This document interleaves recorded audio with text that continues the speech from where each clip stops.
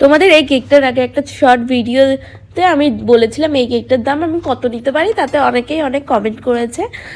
তো আজকে আমি এই ভিডিও শেষে বলবো এই সুন্দর কেকটার দাম আমি কত নিয়েছি।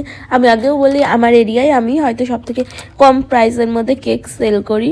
এই কালারটার খুব যাচ্ছিল কেকের সাথে, আর আমার খুব পছন্দ হয়েছিল কেকের কালারটা। আমার কাছে সবসময় এরকম কেকের অর্ডার আসে না, যখন আসে তখন আমি সুন্দর করে ডেকোরেশন করার চেষ্টা করি।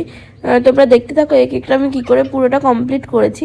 একটা নজল বা দুটো নজলের মধ্যে এটা হয়ে গেছে। এটা ছিল একটা স্টার নজল, হয়তো 1M এর নজলটার নাম।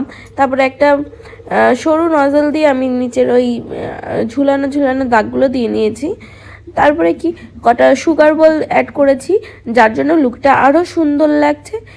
তারপরে কিছু বো অ্যাড করেছি, এতেই আমার কেকটা কমপ্লিট হয়েছে। তোমাদের এই কেক ডেকোরেশনটা কেমন লাগলো তা কিন্তু অবশ্যই কমেন্ট করে জানানিও।